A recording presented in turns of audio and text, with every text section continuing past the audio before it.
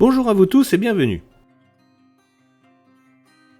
Aujourd'hui, je vous emmène à la découverte de Thiers-sur-Tève. Thiers-sur-Tève est un village de 1100 Thieroises et Thierois et se situe au sud de Senlis sur la départementale 607 qui va de Pont-Armé à Mortefontaine, ou inversement, et est à proximité de l'autoroute A1 Paris-Lille. Le village fait partie du canton de Senlis, de la communauté de communes Senlis Sud Oise, la CCSSO, et du parc naturel régional Oise Pays de France, le PNR. Le village a eu les noms de Tertia en 1163, Tertium en 1200, Tertium en 1470, Thiers au XIXe siècle pour devenir le Thiers-sur-Tève d'aujourd'hui depuis 1936. Bien sûr, le territoire est traversé par la Tève, une rivière de 34 km qui naît à Autis en Seine-et-Marne et se jette dans l'Oise à Boran-sur-Oise.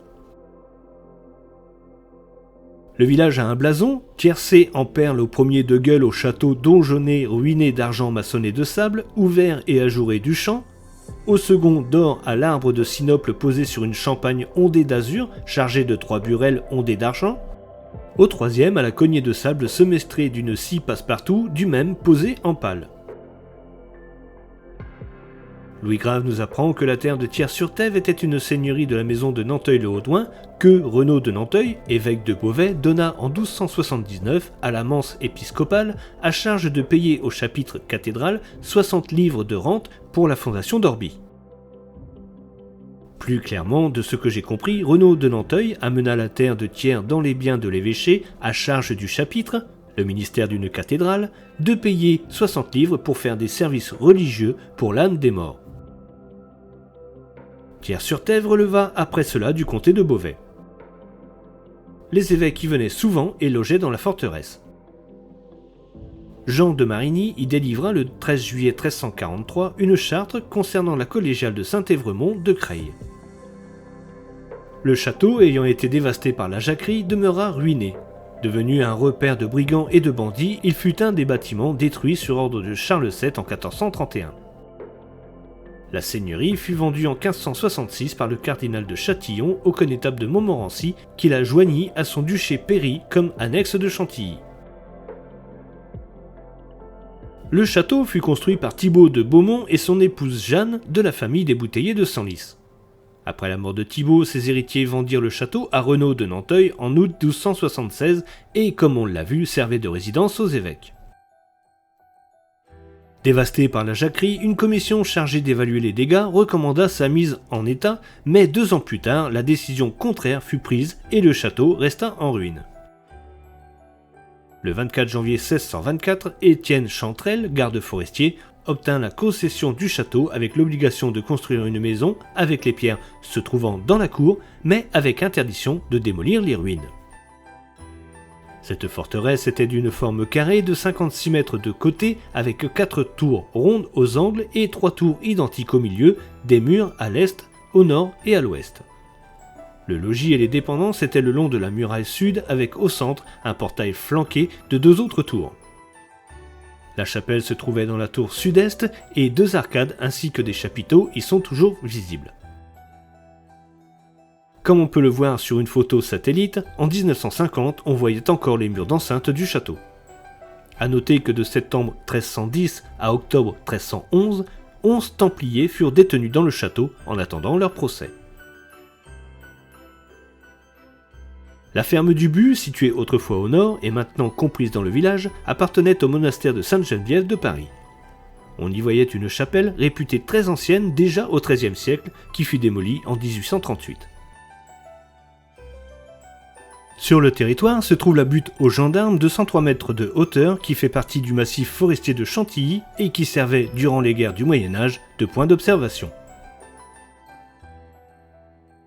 Mais Thiers-sur-Tève a aussi accueilli un aérodrome militaire durant la Première Guerre mondiale.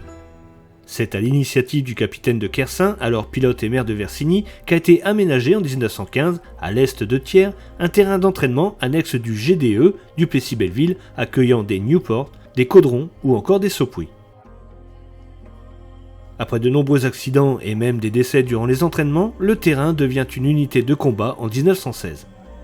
Ce terrain d'aviation était à cet endroit et les baraquements dans la forêt de Pislotte, et de cet épisode de l'histoire de Thiers reste le puits créé par l'armée française en 1915 tout à l'est du terrain d'aviation, puis récemment rénové avec l'aide des enfants du village.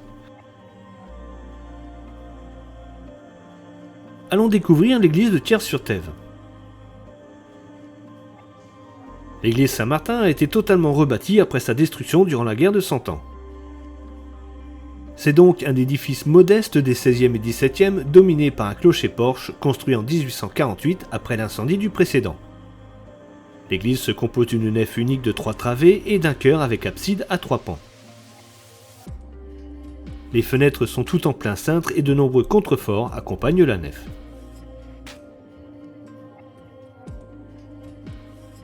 Ce qui est étonnant ici, c'est que, généralement, les clochers-porches font partie intégrante de l'église et quand on entre sous le clocher, on est déjà dans l'église. Alors qu'ici, elle est comme ajoutée à la nef et sert vraiment de porche avant l'entrée. Le clocher-porche est carré avec un étage de baie à basson et un toit en ardoise, alors que le reste de l'église est en tuiles. Et je m'excuse, mais je ne vais malheureusement pas pouvoir vous montrer l'intérieur. Alors retournons dans les rues du village.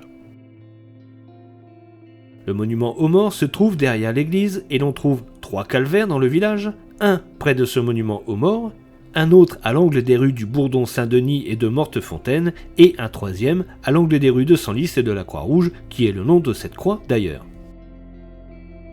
Le lavoir est au bord de la Tève, rue de Senlis. Pour l'école, la commune compte 4 classes de la maternelle au CM2 avec une centaine d'élèves, la cantine et le périscolaire. Et après l'école, les enfants peuvent aller dans le parc de la mairie avec ses jeux ou dans la plaine non loin de là, où se trouve un city-stade et de grands espaces pour jouer. Pour le sport, le village compte le terrain de foot, un parcours de santé en pleine forêt et une salle polyvalente. Et il y a 7 associations pour animer la vie de Thiers-sur-Tève. Il y a une pâtisserie dans le village, un restaurant, un garage et quelques entreprises et artisans, plus 2 maraîchers, la ferme du Bourdon-Saint-Denis et la ferme du Chemin d'en Haut. Entre Thiers-sur-Tève et Pontarmé se trouvent les étangs de Saint-André pour la pêche et la détente. Pour finir, Roger Giquel, célèbre présentateur du 20h sur TF1 dans les années 70, est né à Thiers-sur-Tève. Voilà, c'est ainsi que se termine la découverte du sympathique village de Thiers-sur-Tève, village que je connaissais un peu, mais où j'ai découvert une histoire et un patrimoine intéressant que je suis heureux de partager avec vous.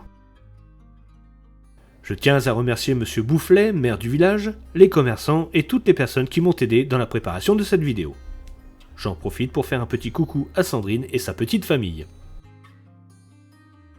Je vous remercie de m'avoir suivi dans les rues de Thiers-sur-Tève et j'espère que cette vidéo vous a plu et si c'est le cas, n'hésitez pas à me le dire dans les commentaires, à partager et mettre un j'aime, cela contribue au développement de la chaîne.